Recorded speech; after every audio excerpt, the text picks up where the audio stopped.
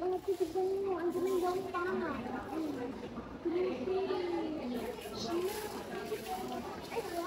Oh, Iha. Oh my God, ang cute naman ni baby. Congrats nga pala sa first pregnancy mo. Kamusta naman kayo? Oo nga, mukhang mahirap pa naman mga unang araw kasama si baby sa bahay. Ano, okay pa? Mukhang stress ka na. Tama pa po ba itong ginagawa ko? Laging butik si baby pero wala din naman lumalabas na karos. Nag-aalala nga rin po ako, baka may mali na po kami ginagawa at mapahamak po si baby. Dapat talaga, kung pinalaman yung binibigay kay baby, hindi talaga mabubusog dyan. At kung laging gutom ang iyong baby, ibig sabihin, hindi talaga sapat ang breast milk or effective. Nako, ganun po ba? Oo.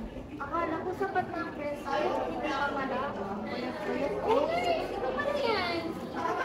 Shift mo? Ay, oo. Kakatapos lang ng shift ko sa kabilang barangay. Sorry narinig ko kasi yung pinag-uusapan nyo. Actually, common misunderstandings yun about sa breastfeeding. Tara, di papaliwanag. Ang breast milk ang best source ng nutrisyon para kina baby.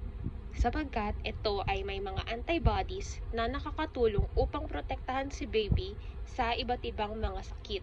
According to World Health Organization and Department of Health, babies should be breastfed exclusively for the first 6 months. No water, no other food dahil nandito na lahat ng kailangan nila para sa stronger immune system at supported brain development. Hindi lang rin si baby ang makikinabang, kundi si mommy. Nababawasan nito ang risk ng breast cancer and ovarian cancer. Ganun na din ang timbang pagkatapos manganak. Paano na kulay yellowish na gatas? Hindi ba madumi yun? Mas maganda pa yung mga gatas na kulay puti. Ang gatas na yun ay tinatawag na colostrum. Yun ang pinaka-the best na gatas para sa mga bata, sapagkat iyon ay puno ng bitamina, mga mineral, na suwak sa mga batang may laban. Naku, paano naman yung paglaylay ng suso? Di ba masabang effect din yon ng breastfeeding? Hindi yun totoo. Breast natural change from pregnancy to aging. But breastfeeding don't cause sagging.